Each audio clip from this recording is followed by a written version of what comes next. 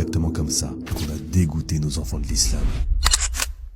À la base, dans la tête de Fatima et Hamid, tout était clair. Ils allaient éduquer leurs enfants dans le dîn, mais la réalité les a vite rattrapés. Ils n'avaient pas prévu à quel point ce serait difficile d'éduquer des enfants, et surtout de leur transmettre la religion dans une société qui pousse constamment à la délaisser. Chaque jour, c'est le même combat. Quand Fatima demande à son fils de prier, il l'ignore, absorbé par ses jeux vidéo.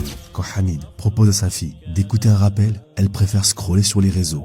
Face à cette impuissance, Hamid et Fatima tombent dans le piège de beaucoup de parents. Ils utilisent deux armes, le chantage et la punition. Avec ça, tout rentre dans l'ordre. Les enfants prient, font du Coran et obéissent. Mais en réalité, ils agissent uniquement pour éviter les sanctions. Dans leur cœur, l'islam devient encore plus contraignant, abstrait et ennuyeux.